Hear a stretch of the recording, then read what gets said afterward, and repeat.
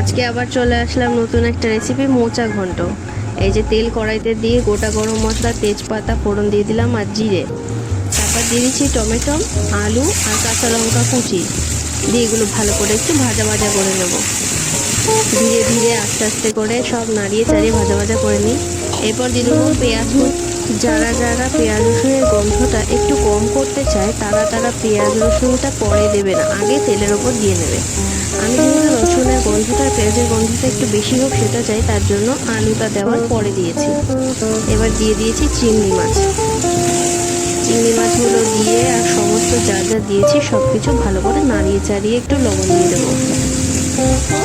এবার দিয়ে দেবো হলুদ গুঁড়ো। ভালোভাবে নাড়িয়ে নিচ্ছি, ভালোভাবে মিশিয়ে নিচ্ছি।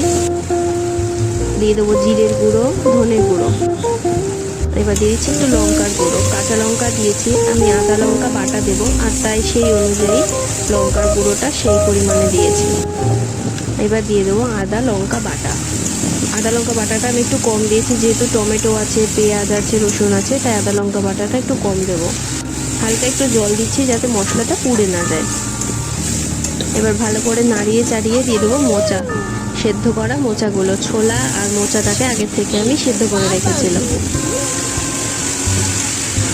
এবার ভালো করে এটা মিশিয়ে নিই। ভালোভাবে নাড়িয়ে চাড়িয়ে যত সুন্দরভাবে মেশানো হবে তত খেতে স্বাদ হবে। দিয়ে দিলাম চিনি। চিনির পরিমাণটা একটু বেশি দিলেই মোচাতে ভালো হয়, কারণ মোচার তো সেমন কোনো স্বাদ নেই, একটু কষকষ স্বাদ হয়। তাই চিনি, লবণ আর লঙ্কাটা ঠিকঠাক দিলে টেস্টটা খুব সুন্দর হয়। দিয়ে দিচ্ছি গরম মশলা। এই যে নাড়াতে নাড়াতে তলায় যখন লাগা লাগা হয়ে যাবে, একটু আটকে আটকে যাবে, ধরে উঠবে, তখন জিনিসটা বুঝতে হবে হয়ে গেছে। এই যে রেডি আমার মোচা ঘন্ট। সবাই ট্রাই করো কিন্তু।